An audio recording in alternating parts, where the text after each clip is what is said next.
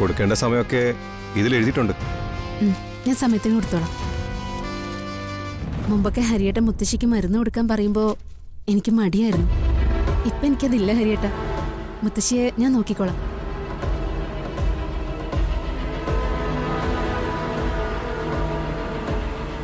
നിത്യേന വീണ നമ്മളെ അത്ഭുതപ്പെടുത്തിക്കൊണ്ടിരിക്കുക അല്ലടാ ഹരി. ഇതിനപ്പുറം എങ്ങനെയാ ഒരാൾ മാറാനുള്ളത്? നീ ആ വണ്ടി അങ്ങ് വിട്ടേക്ക്. അതെ, വണ്ടി പോകുമ്പോ ഞാനും കൂടെ പോവാം. എനിക്ക് ആ ജംഗ്ഷനിൽ വരെ ഒന്ന് ഇറങ്ങണം. ഞാൻ കുറച്ച് കഴിഞ്ഞിട്ട് വിളിക്കാം. ഹരി, മുത്തശ്ശി പെട്ടെന്ന് ഓക്കെ ആകും. നീ വിഷമിക്കണ്ട.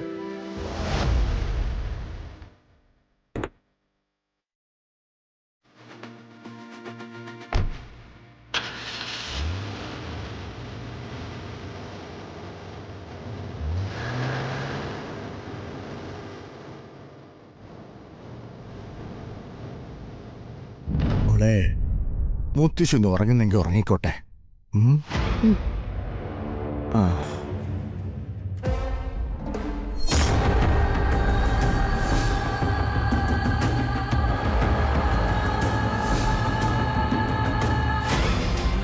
ഇത് ചെയ്തത് ഞാനാണെന്ന് ആരോടെങ്കിലും പറഞ്ഞാലുണ്ടല്ലോ, ഈ കിടപ്പിലിട്ട് തീർത്തു കളയും.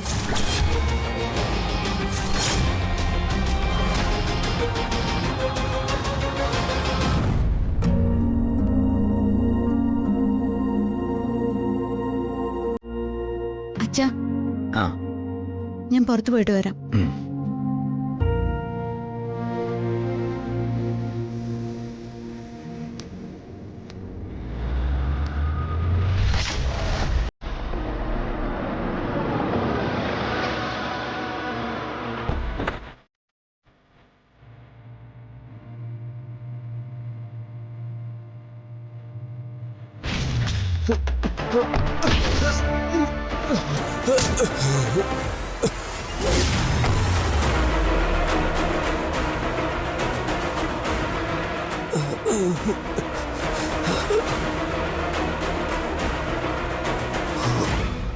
നിത്യമോളെ, ഇവനെ അറിയാലോ അല്ലേ?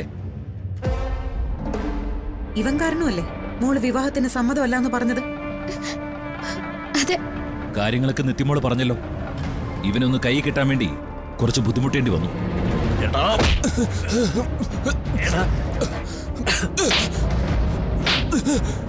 എന്റെ മോളെ നീ ഇനിയും തല്ലണ്ട.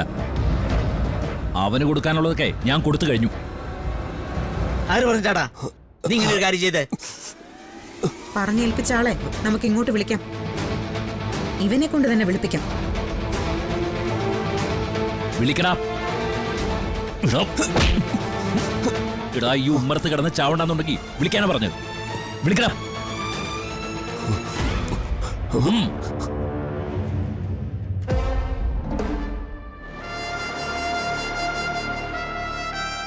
ഓ, ഒന്ന് മേലനങ്ങി പണിയെടുക്കേണ്ട ശാരദേച്ചി.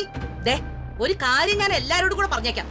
വൈകുന്നേരത്തിനുള്ളിൽ ഈ പണിയൊക്കെ തീർത്ത് വീട്ടിലെത്തിയില്ലെങ്കിലേ എന്റെ തനിക്കുടം കാണുവേ, പറഞ്ഞേക്കാം. അമ്മേ ഫോൺ, അമ്മേ ഫോൺ. പതുക്കെ പതുക്കെ.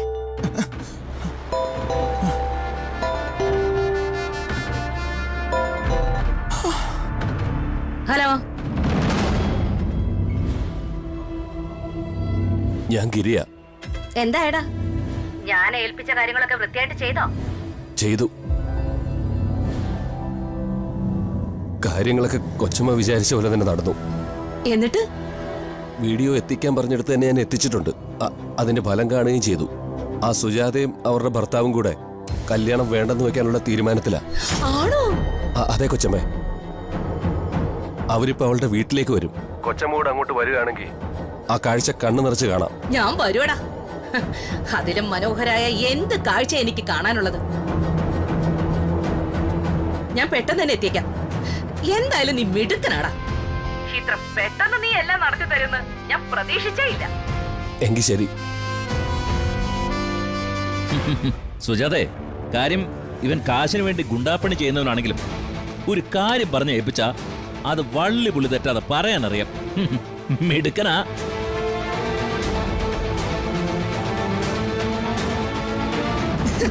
എന്താ അമ്മേ?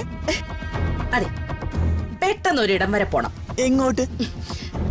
നീ കരഞ്ഞു കരഞ്ഞൊരു കാര്യം ആവശ്യപ്പെടാറില്ലേ എന്നോട്? നിത്യയുടെ കല്യാണം എങ്ങനെയെങ്കിലും മുടക്കണോന്ന്. അത് മുടങ്ങാൻ പോവാ. ആ സുജാതയും ഭർത്താവും ഇപ്പൊ ഏട്ടന്റെ മുറ്റത്തെത്തും. ഇങ്ങനെ ഒരുത്തി ഞങ്ങളുടെ മകന്റെ ഭാര്യയായിട്ട് വേണ്ടാന്ന് പറയാം. അതെങ്ങനെയാമേ? അതെങ്ങനെയാണെന്നൊക്കെ നമുക്ക് നേരിട്ട് കാണാം. നീ ഇങ്ങ് വാ.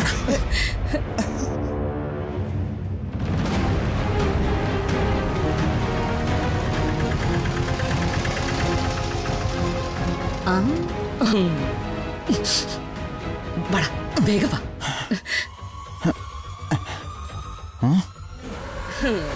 ഏട്ടാ, ഏട്ടായ്, ഹൂയ്. ഒന്ന് ഇറങ്ങി വാ ഏട്ടാ. ഒരു പാവപ്പെട്ട നളിനി ഇവിടെ ഉമ്മറത്ത് വന്ന് നിൽക്കുന്നുണ്ട്. അച്ഛനും മോളും കൂടെ അകത്ത് ഒളിച്ചിരിക്കണോ?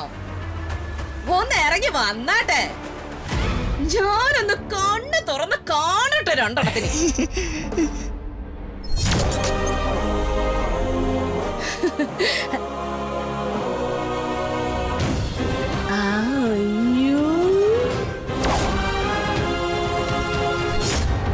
എന്തായിരുന്നു? അച്ഛന്റെ മോളുടെ അഹങ്കാരം അവസാനിച്ചോ? മഹാറാണിയും കുടുംബവും എല്ലാം അവസാനിപ്പിച്ചു പോയല്ലേ? എടി, നീയൊക്കെ ദൈവത്തിനോട് കൈകൂപ്പി യാചിക്കും. പക്ഷേ ദൈവം നിനക്കൊന്നും വേണ്ടി ഒരു ചുക്കും ചെയ്യാൻ പോകുന്നില്ല. എന്നാലേ ഈ നളിനിക്ക് കോരി തരും. അതുകൊണ്ടാടി ഇതിങ്ങനെയൊക്കെ സംഭവിച്ചത്. എവിടെ നിന്റെ അച്ഛൻ? ഞാനൊന്ന് കാണട്ടെ ആ മഹാനെ.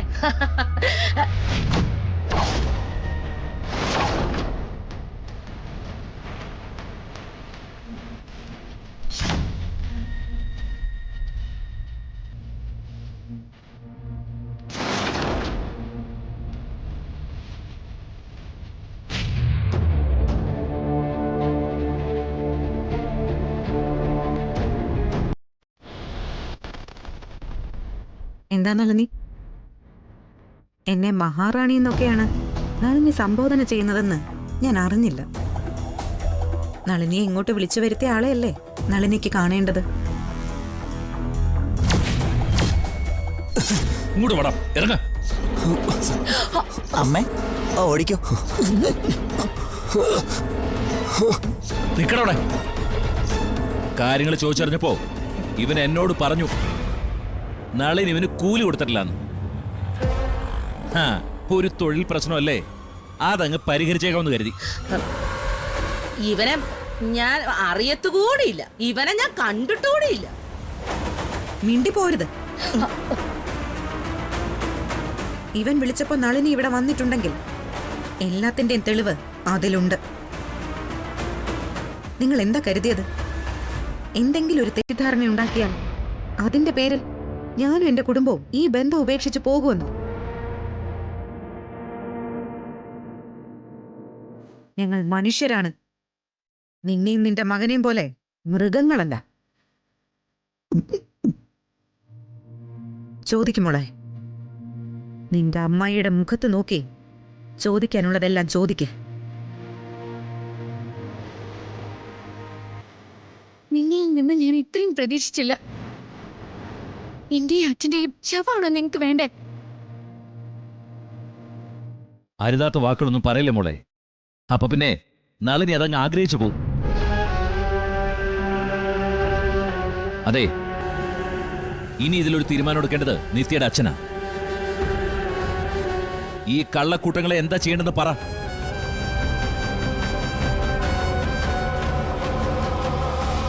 ഇനി ഒരിക്കൽ കൂടി നിന്നെ കാണേണ്ടി വരുമെന്ന് ഞാൻ പ്രതീക്ഷിച്ചതല്ല. പക്ഷെ നീയായിട്ടതിന് വഴിയുണ്ടാക്കി. എനിക്ക് ആരോഗ്യക്കുറവുണ്ട്, ശരീരത്തിനും മനസ്സിനും. പക്ഷെ ഇനി എന്തെങ്കിലും ഒരു ദ്രോഹം നിന്റെ ഭാഗത്തുനിന്നുണ്ടായാൽ നിന്റെ കഴുത്തരിയാനുള്ള ഒരു കത്തിയെടുക്കാൻ ഈ കൈക്ക് ആരോഗ്യമുണ്ട്. മറക്കണ്ട.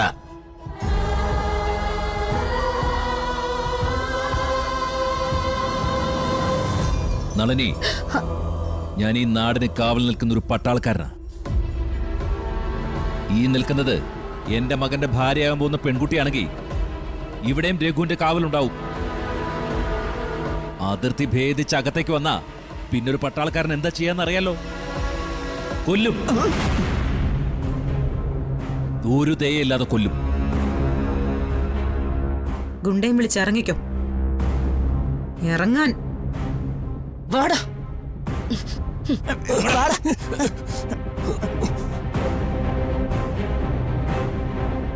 കേറങ്ങോട്ട്.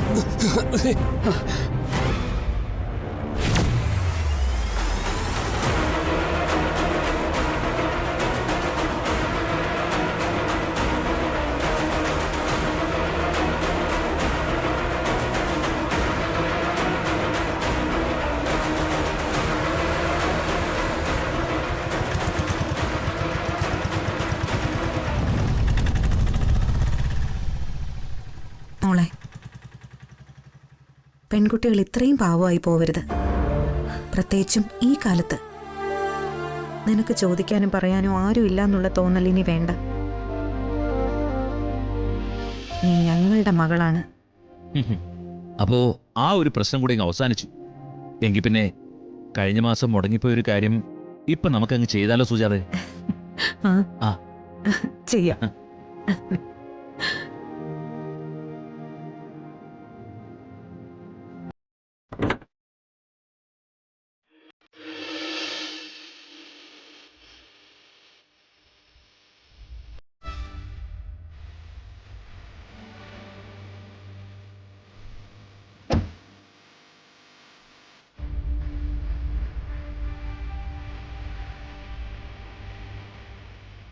പരമ്പരയായിട്ട് ഞങ്ങളുടെ കുടുംബത്തിന്റെ ആചാരമാണ്.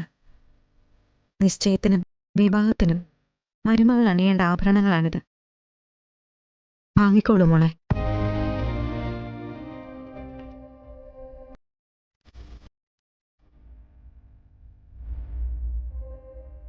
മടിക്കണ്ട മോളെ. മനസ്സുകൊണ്ട് സുജാത എപ്പോഴും നിന്റെ അമ്മയായി കഴിഞ്ഞു. അമ്മ തരുന്നതല്ലേ. വാങ്ങിച്ചോളൂ.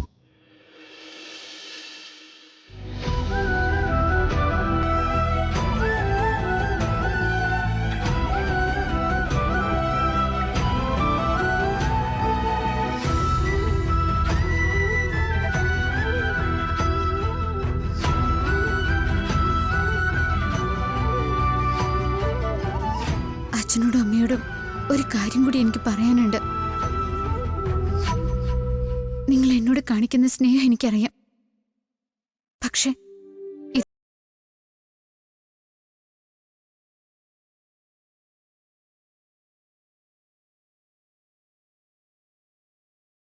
ചോർത്താണ്.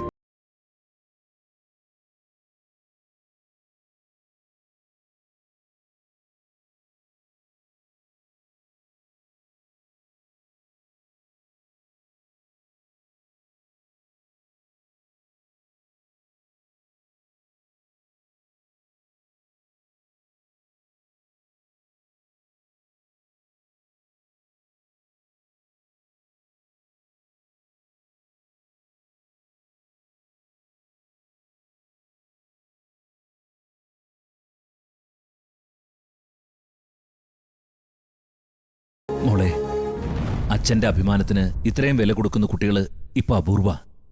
അതുകൊണ്ട് തന്നെ നീ പറയുന്ന അംഗീകരിക്കാൻ.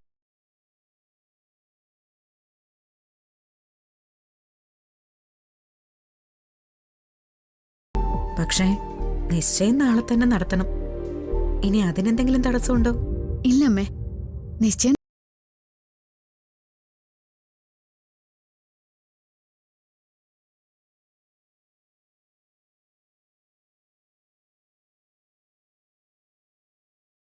നാളെ.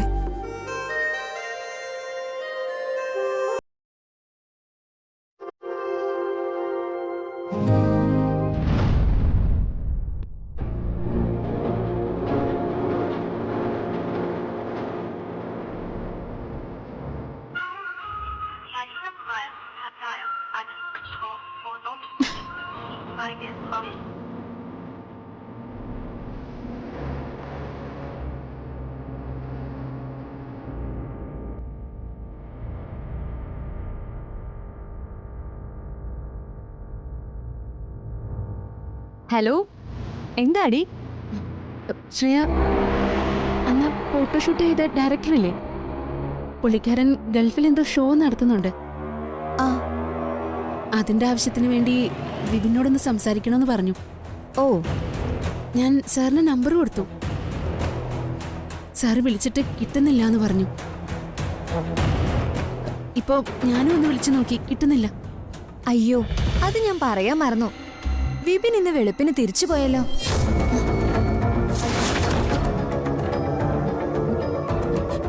അതെന്താ പെട്ടെന്ന്?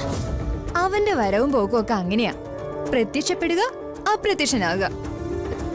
ദുബായിലെ നമ്പർ നിന്റെ കയ്യിലില്ലേ? അത് സാറിനൊന്ന് കൊടുക്കുവോ? അയ്യോ മോളെ, ദുബായിലുള്ള അവന്റെ നമ്പറിന് ഒരു സ്ഥിരതയും ഇല്ല. കമ്പനി ആവശ്യമാണെന്ന് പറഞ്ഞ് അതിങ്ങനെ മാറിക്കൊണ്ടിരിക്കും. എന്നാലും എന്നെ വിളിക്കും. അവൻ വിളിക്കുമ്പോ ഞാൻ എന്തായാലും പറയാം. നിനക്ക് സുഖമല്ലേ?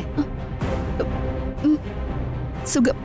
പിന്നെ എന്നെ ഒട്ടും സങ്കടപ്പെടുത്താതെയാ അവൻ തിരിച്ചു പോയത്. അന്ന് ഞങ്ങളുടെ ഒരു റിസോർട്ട് ട്രിപ്പ് മുടങ്ങിയില്ലേ, ഞങ്ങൾ അവിടെ പോയി ഒരു ഫുൾ ഡേ അവന്റെ കൂടെ. സ്വർഗം തന്നെ. ആ, അതിനിടയിൽ നിന്നെക്കുറിച്ച് സംസാരം ഉണ്ടായി. മുത്തശ്ശി വിളിക്കുന്നുണ്ട്, ഞാൻ നിന്നെ തിരിച്ചു വിളിക്കാം. ആ ഓക്കെ ഓക്കെ.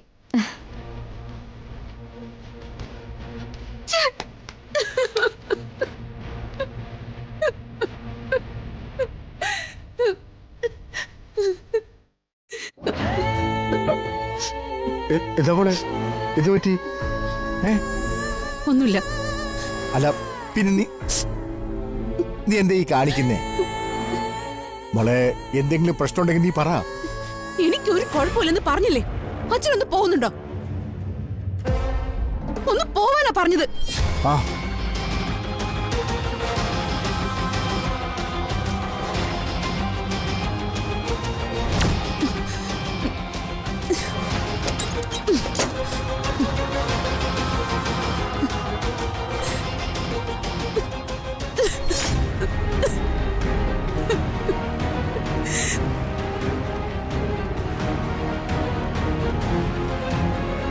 എന്റെ ദൈവമേ, ഇവള് വീണ്ടും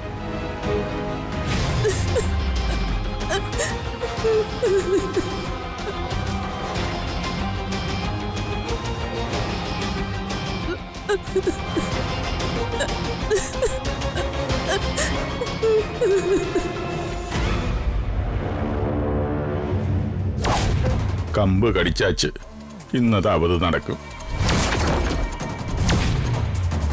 നാളെ നിശ്ചയമാണത്ര. അമ്മയുടെ സ്വഭാവം വെച്ച് നാളെ തന്നെ വേണമെങ്കിൽ കല്യാണം നടത്തിക്കളയും. അവൾ അമ്മയെ ചിരിച്ചു കാണിച്ച് വശത്താക്കി വെച്ചിരിക്കുക. അത് മാറണമെങ്കിൽ അവളെക്കുറിച്ചുള്ള സത്യങ്ങൾ അറിഞ്ഞേ പറ്റൂ. നാളെ നേരം വെളുക്കുന്നത് വരെ സമയമുണ്ട്. അതിനുള്ളിൽ എന്താടാ ചെയ്യാൻ പറ്റുക? എന്നാ ചെയ്യാൻ? ഇവനക്ക് എന്നാ പൈത്തും പിടിച്ചിരിക്ക. നീ എന്താടാ ഒന്നും മിണ്ടാത്തെ? അയ്യാ, എനക്ക് പെണ്ണുങ്ങളെ കുറിച്ച് ഒന്നും അറിയില്ല. ഒട്ടും വിവരമില്ലെന്ന് അയ്യ താനേ சொல்றே. പിന്നെ ഞാൻ എന്ത് പറയാൻ? നിശ്ചയിക്കാൻ പറഞ്ഞാൽ നിശ്ചയിക്കണം, കട്ടാൻ പറഞ്ഞാൽ കട്ടണം. ചവിട്ടുന്നുണ്ടല്ലോ എന്നാ അയ്യാ? അപ്പൊ പിന്നെ അവളെ രഹസ്യമായിട്ട് കാണുന്നവനാ, അവളെ ചേർത്ത് പിടിച്ച് ആശ്വസിപ്പിക്കുന്നവനാ. എല്ലാം നേരിട്ട് കണ്ടിട്ടും അവളുടെ കഴുത്തിൽ താരി കെട്ടാൻ ഞാനെന്താ പൊട്ടനാണ്? ആണാ? ഇല്ലയ്യ, ഇല്ല ഇല്ല. ഇന്ന് രാത്രി അവളുടെ കള്ള കാമ്പിനെ കുറിച്ചുള്ള മുഴുവൻ വിവരങ്ങൾ എനിക്ക് കിട്ടിയിരിക്കണം. நான் எப்படி? പോ. ஐயா, நான் எங்க போக? நான் அவரை எங்க போய் தேடி பிடிக்கணும்? ஐயா, എനിക്കറിയണം. എന്നിട്ട് എല്ലാവരുടെയും മുന്നിൽ വെച്ച് എനിക്കത് പറയണം. അവരൊക്കെ മനസ്സിൽ ആരാധിക്കുന്ന ഗ്രാമീണ കന്യക എല്ലാവരെയും പറ്റിക്കുന്നവളാണെന്ന്. മാർഗം എന്താണെന്ന് പറയടാ. ஐயா, என்ன கொல்லுங்க. அப்ப நாளை நிச்சயம் முடங்குமல்லோ. அல்லாத எனக்கு மார்க்கம் ஒன்றும் தெரியாத ஐயா.